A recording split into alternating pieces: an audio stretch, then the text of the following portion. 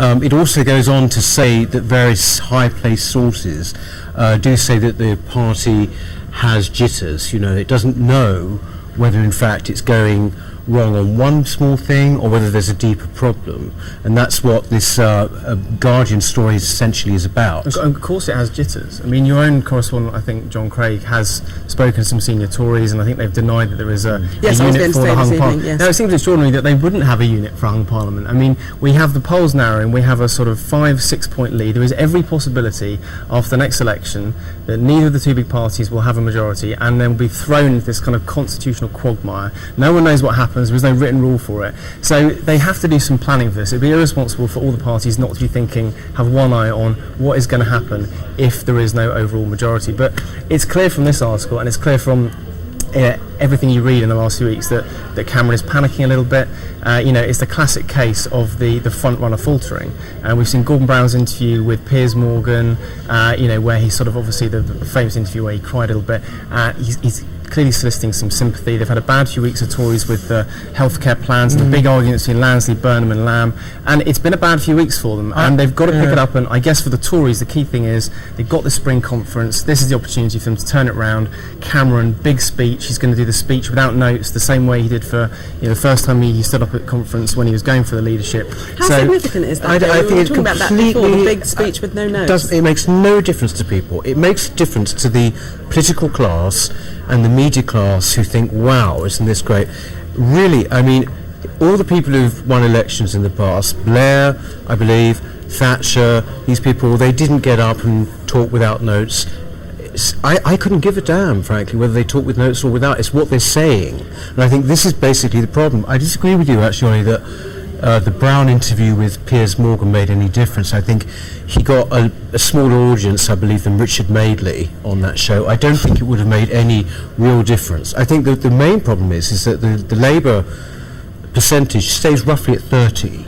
And the fact is that given the unpopularity, for better or worse, of this government, the Tories should really be up there at about 50. And the fact is they've now gone back down to 5, and they're thinking, well, what's going wrong? But they had a lead of 14 points not 8 months ago. Well, 18. And this time last year it was 18. What's gone wrong for them then? Well, I think the media finally waking up to the fact, or did about sort of 8, 9, 12 months ago, that the Conservatives could form a government, and you start to get more scrutiny. You start to have people asking questions of the Conservatives, and the one thing that the Tories haven't yet properly done is fleshed out key policy proposals. They've talked a bit about education. Michael Gove has come up with some interesting proposals.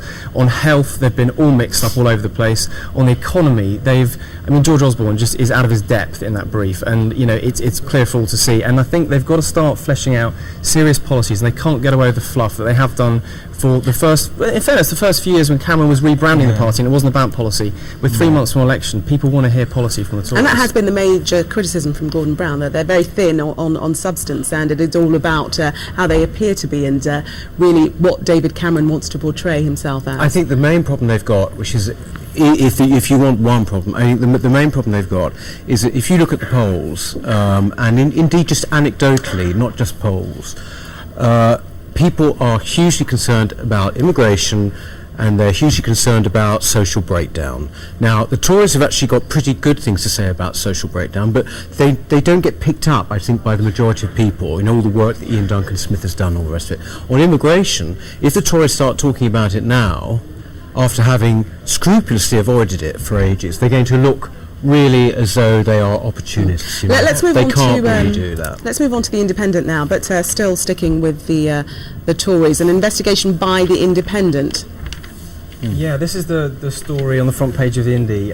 Ashcroft's election war chest targets marginals. Now, we always knew that the Conservatives were putting a lot of money in those key Middle England marginal seats, so they have to win. The 117 seats have to win to form a majority. So there's no surprise here.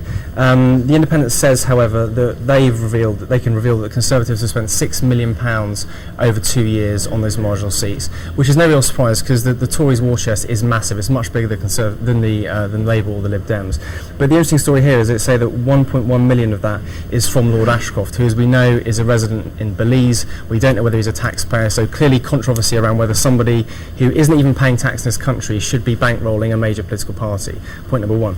Second issue here is that how effective? Well, we're not sure that he's not paying tax. It's just never been talked about. I would have. Well, okay, no, you're absolutely right. We should be absolutely clear on that. But I would have thought if he was paying taxes, he'd be quite clear about it and save Cameron one hell of a headache in the next election. But who knows? The other issue here is that how effective is that money being? He's targeting these key marginals. Now, I've seen some polling the Lib Dems have done in their key seats in the southwest of England.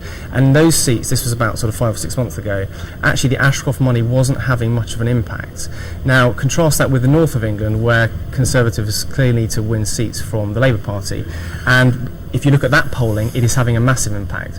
So it's likely that the Ashcroft money will make a big difference. I hope as a Lib Dem it makes more of a difference in the north of England and we manage to hold on to our seats in the south. I think we've got to be clear about this. You said the Ashcroft money, let's not run away with the fact that there's not billions being pumped in.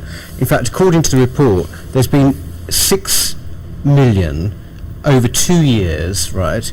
Not a huge amount really, of which 1.1 came from Tory HQ, maybe Ashcroft. The rest, 5 million, was raised locally. That seems like a sterling effort on the part of activists to raise that.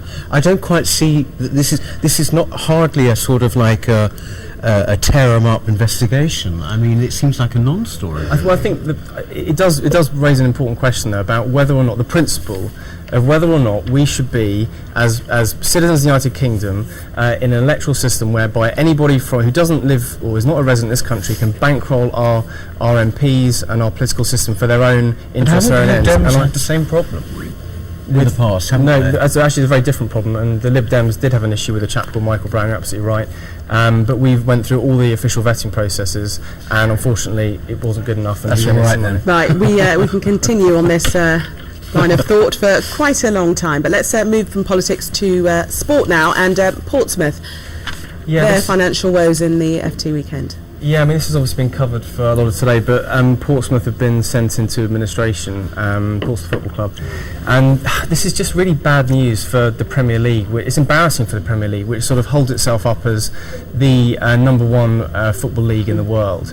And you just get the impression that this could potentially be the tip of the iceberg, the first club to go. And it calls itself the Premier League, but we've actually essentially got 2 tiers. We've got the big 5 or 6 clubs, the Man Uniteds, the Chelseas, the big international brands, and then you've got the minnows, the rest of the clubs that are just fighting for survival constantly year on year. Why have Pompey gone into administration? A number of reasons, and part of which is that they've had 4 different managers, owners in the last season, which is just, you can't have any kind of consistency in terms of strategy. But there's a bigger issue, and it's about wage inflation. And if you're going to encourage the best players to your club, if you're going to try and, remain in the Premiership, you have to pay the big wages. And of course, some clubs simply can't afford to do that. And we've been looking at bankers' bonuses recently. People are saying bankers shouldn't be getting bonuses. If they do, they shouldn't be necessarily all in cash. They should be in equity. And wouldn't it be great if there was a way of paying footballers not just in their kind of weekly cash wage bills, but actually giving them some investment in the club, so that if the club does well, they also take a bonus from it. And that's a very interesting thought. Well, there we go. It's amazing. I think we're going to talk a bit about bonuses in a different context a bit later. Yes. But I mean, this whole bonus culture passes me by. I think you just do your job, don't you? I mean, what I find fascinating about this story, we were watching before we came on, is that Portsmouth, I'm not a football fan, it's becoming obvious, but Portsmouth apparently went everyone a private jet. Now, I'm sorry. Not anymore. They let you travel by private jet, Peter? Is that not? Is the done thing, isn't it? No. Well, I mean, I'm sorry, but I'm on the street. I keep it real. This BBC story, and this is in the Times, Peter. That's right. The BBC have sort of got into some kind of trouble because they want to cut various things. They want to cut 2. Here we go. They want to cut 2 of their radio stations and cut back the website, which is this huge sprawling thing. I think it's the most watched website, I think, in the country. But musicians are threatening to disrupt this. There are threats of strikes and what have you. And essentially, the reasons why maybe the BBC are doing this is that they've got in mind that there might well be a Conservative government who are looking a little bit more in depth at the various workings of all public bodies, or basically all people who have public money or run on public money. And so really the question is, because there's been a big protest by people who watch, I think it's called Six Music, 60,000 people